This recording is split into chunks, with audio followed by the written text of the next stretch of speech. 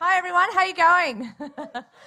My name is Haans Siver. I'm from Sea Shepherd Global. I'm just going to tell you a bit about myself first, and then I'll tell you a bit about the ships and campaigns. Usually when I do guest speaking at events, I go straight into everything about Sea Shepherd, but as this is a really awesome, amazing vegan event that I've invited to, so I'm just going to tell you a little bit about my journey to veganism. I used to actually be a nightclub owner, and I also am a licensed private investigator. And when I owned my nightclub, I had it for 3.5 years. It was in Melbourne, Victoria, and I used to, it was actually a gay venue, and I had a lot of drag queens and drag kings and a lot of shows and a lot of entertainment, and I got nominated for 2 awards, one for Best Straight Supporter of the Gay Community, which I lost to a police officer, and one for Best One Night Performance, which I won that award up against all the big nightclubs. And yeah, it was a very proud moment for me, but one day I was on YouTube and I came across the dolphin slaughter in Taiji, and I was quite shocked at what I'd seen, that I actually had gone back and watched it 3 or 4 times because I couldn't believe that that was actually real, and I'd never ever heard of it before. So after watching that, I did a bit more research, and of course once you watch one clip on YouTube, more and more clips in the same topic come up with it as well. So then I started finding out stuff about factory farming and what we do to land animals and even domestic animals. So this went on for a period of about 3 months. I kept getting onto YouTube. I was addicted. I couldn't stop watching it. And after a while, my nightclub started to not seem so much of any interest to me anymore, and I started to lose business. My heart wasn't in it. I literally locked myself away for 3 months with a bottle of vodka and attempted to watch a whole screening of Earthlings. That didn't last very long. Eventually, I decided that I was going to go pescatarian. Stupid, hey? So I went pescatarian for a while, and I just sort of realised that I wasn't really eating much meat, and then one day I just sort of thought, that's it, I have to make changes in my life. So I literally shut the doors of my nightclub and walked away. I lost a lot of money, my mum lost a lot of money, but it was a time in my life that I knew I had to make changes. I was about 41 years old then, I'm 45 now. And so then I started doing protests. I was angry. I was angry that I was lied to by advertising companies. I was angry that I was lied to my entire life about the dairy industry. So I started protesting at the front of the Japanese embassy. I got kicked out of the building a few times. The federal police rang me up a few times. I sat on top of the Japanese flag covered in fake blood in my bikini. I just thought that I could do any impact, and the biggest impact I can do was to make a stand and to make a point. And I thought for a whole entire year, I actually thought I was alone in feeling the way I was feeling. So I went to an anti-whaling day rally that I had just heard about. And I walked up there, and there's all these people in these black clothes with these skull and crossbone, and I was like, who the hell are they? I want to know who they are. So I made an effort and I got to know them. I found out about Sea Shepherd and realised for the first time after a year that I was not alone, that there were people out there that felt the same way I did.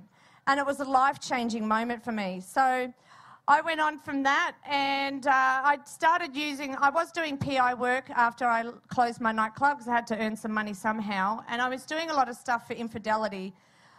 It's really, really daunting on you to actually chase people who are cheating on each other and watching them do it as well and filming it. So I eventually found out after I joined ALV, which is Animal Liberation Victoria, I realised I could actually use my PI licence to do undercover stuff and get footage inside factory farming. So I broke into a few chicken sheds with Animal Liberation and got undercover footage. I went into the Geelong sale yard and got undercover footage of them beating a goat, which ultimately led to the sale yard being shut down. Took us a few months, but we got it shut down. They had to spend a lot of money and make a lot of changes. Unfortunately, that sale yard did reopen, but not without this fear of us coming in, and they know my face quite well there now. So then I finished that and moved on to Sea Shepherd, and then I started doing education. So I started going to school and teaching kids about the stuff that we do at sea, and what Sea Shepherd does, and conservation and anti-whaling and all that sort of stuff. And I begged and begged and begged Captain Peter Hammerstead to please let me on the ship with an email every 2 weeks. Eventually, it was a thorn in his side, and he said, all right, you can come on for Operation Relentless. So 2013, I joined the ships as a quartermaster. I had no idea what a quartermaster was, but I was like, if it's on the ship and I'm going to sea, I'll do it, whatever it is. So I ended up joining the ships, and then I stayed on the Steve Irwin. That was for the Steve Irwin. I stayed there for a year and stayed on as a deckhand after I came off, and then became the donations coordinator.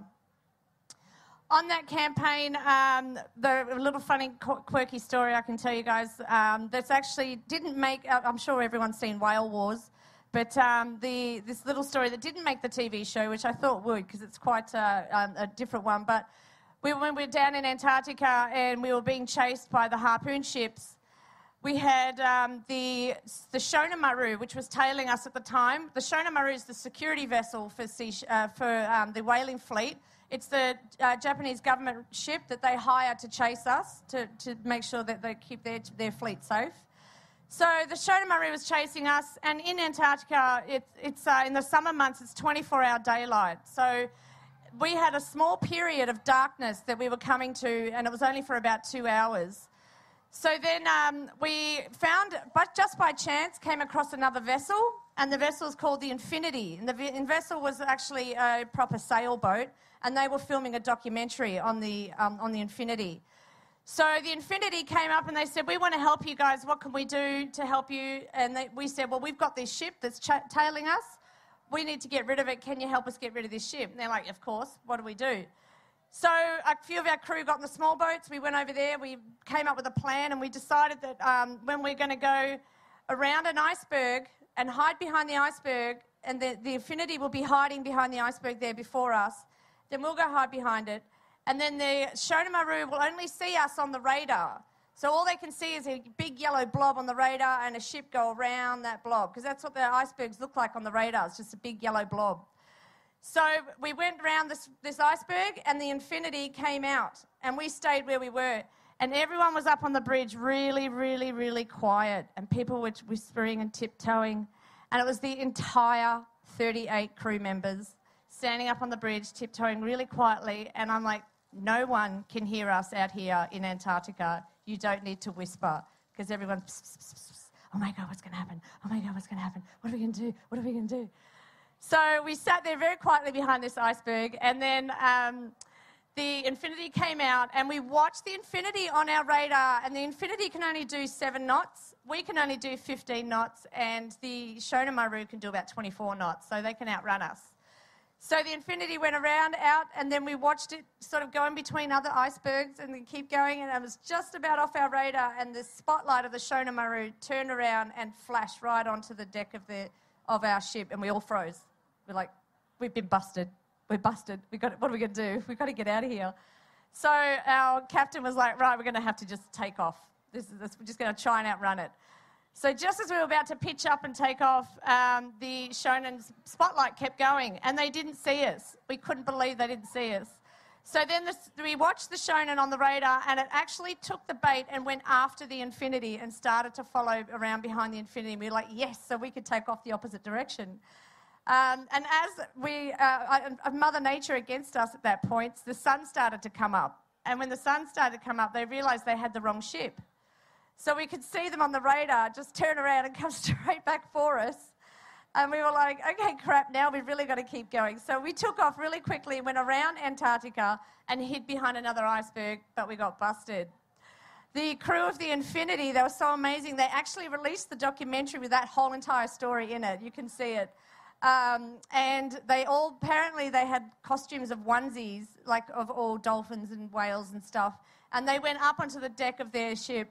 And when they got spotted by the Shona Maru, they just went dancing like this. Ha, ha, ha, you got the wrong ship.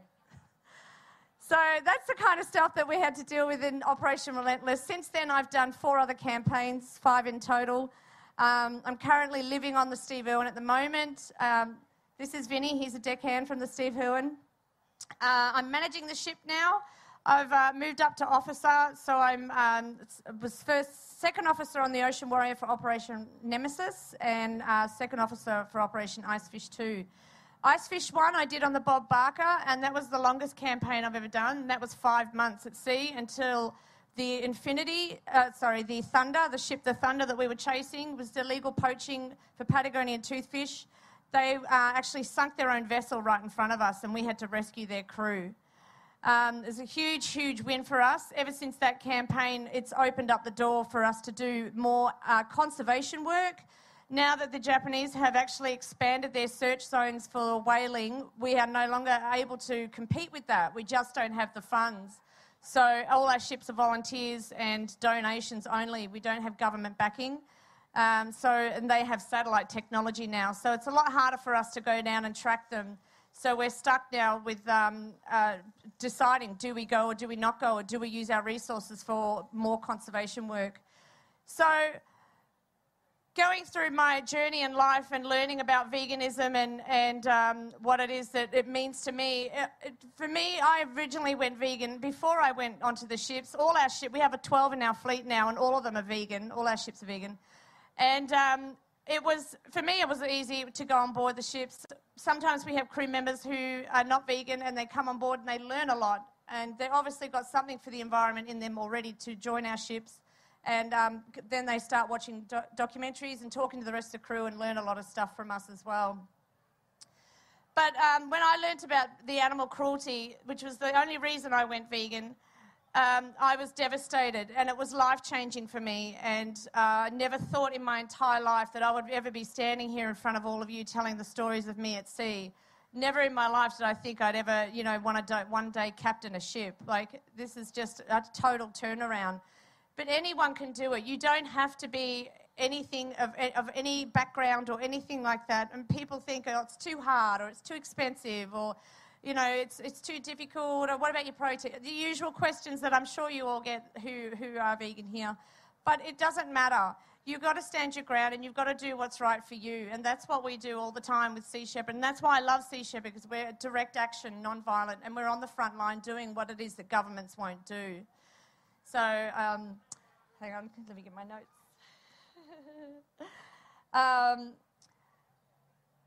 The effects that it had on my body were a bonus. Obviously, for my mind and my soul, it was a no-brainer. But coming to my body, the effects that it had, being healthier, and I used to be anemic. Now my iron levels are above normal. I have no cholesterol. The body effects for me were just the sidekick of it. It's the bonus of it. But it wasn't until I actually boarded the ships and I realised the environmental damage that we're doing to the planet with cattle farming and animal agriculture, depleting the oceans of all the fish and all the sharks. We fish out the ocean so much that in the next 10, 20, 30 years, there's going to be nothing left. And I know when I've been out there and I see bottles floating in the water, I know I'm getting close to land. I don't even have to look at the radar or the charts or anything like that, because that's where it's all coming from. And I've been in places in Ghana, in Jakarta, all those sort of places, the rubbish, the pile-up, the uneducated, and it's not their fault. It's just the lack of education on what they're actually doing to the environment. It is huge destruction, and fishing out the oceans and pulling out the sharks for shark fin soup. If we don't have sharks in our oceans, we don't have clean oceans. The oceans need the sharks to be the filters. Some people are so scared of sharks and anti-sharks. You've got to remember, when you go in the water, you're in their home. You need to respect that. And people need to understand that this is their house. Just like coming onto land or coming into my home, that's my house. So of course you're going to defend it. It's like even a little spider up in the corner, and she's got a little egg sac. She's going to defend that. It's the same thing. And people need to understand that all animals are sentient, and they all feel pain and suffering. And it's because of us that we're doing that. And the torture that we put these animals through is so heartbreaking sometimes. I can't deal with the actually coming back to land, coming off a 5-month campaign, even a month campaign, and I come back to land, and it's really hard for me to adjust back to normal society, which is the reason I started my YouTube channel. after I spent 5 months at sea and I came back, and things change. My life still goes on and your life still goes on, but I'm in a little bubble on my ship and I have no internet connection. We're not allowed Facebook, we're not allowed YouTube. We're only allowed 2 emails a day, and our communications officer reads our emails before they get sent to land.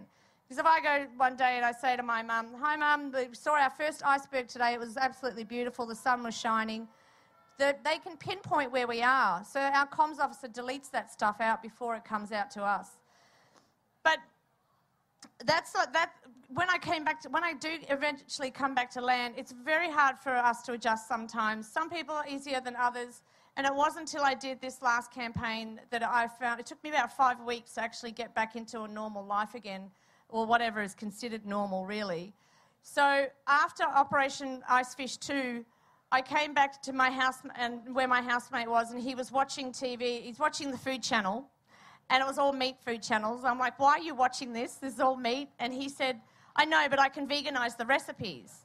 I personally can't watch them cutting up meat, but he's like, yeah, he likes to cook, so he's like, "I can veganise the recipes."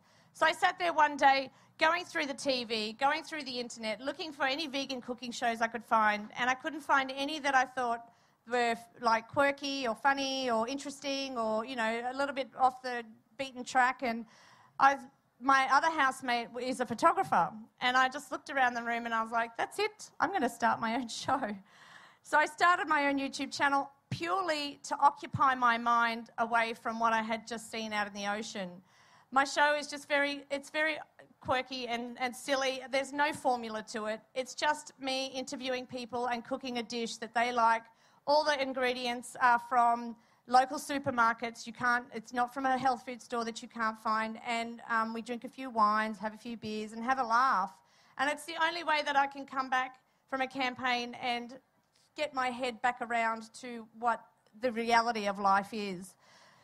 So, so go ahead, have a look, join up. I only have 1,000 followers, but it's fun, and it takes my mind off all the hurt and anger that I see when I go out at sea. The one thing I do find also, talking with other crew members, you know, our crew are international all over the world, and when I speak to them about the environmental problems that they have in their countries, I remember I was speaking to our ship doctor was from the Netherlands and our helicopter engineer was from Ireland. And the 3 of us sat down and we were talking about problems that are in our own countries. And here I am going all the way to Antarctica to help fight against the Japanese whalers from killing and slaughtering animals. And it just felt like it was never enough. It just felt like, God, there's just so much more going on out there and there's never enough that we can do. So I just keep trying, keep plodding along, and I keep going out to sea and doing what I can do for the environment, for my body, and for the animals. And you know, it's the best I can do. I'm only one person, but you know, the more people getting on board and doing this sort of stuff. If you ever want to sign up to Sea Shepherd, the application is online on the website, seashepherdglobal.org. Fill out the application. I had no experience at sea, at sailing, anything like that when I joined the ships. I was just a nightclub owner, private investigator who wanted to change her life, and that's what I did. So I followed my heart and went with where it would go. I earn no money and I'm broke, but I love my life and I'm happy. And I know that I can sleep at night and I'm not contributing to the destruction of this planet, my body, and the animals. Thank you. I'll just be over here if anyone wants to hear any more stories or anything about Sea Shepherd. Vinny will be there too. He's a deckhand living on the ship as well. So please come over and have a chat with us. We're more than happy to talk to you about anything at all. Thank you.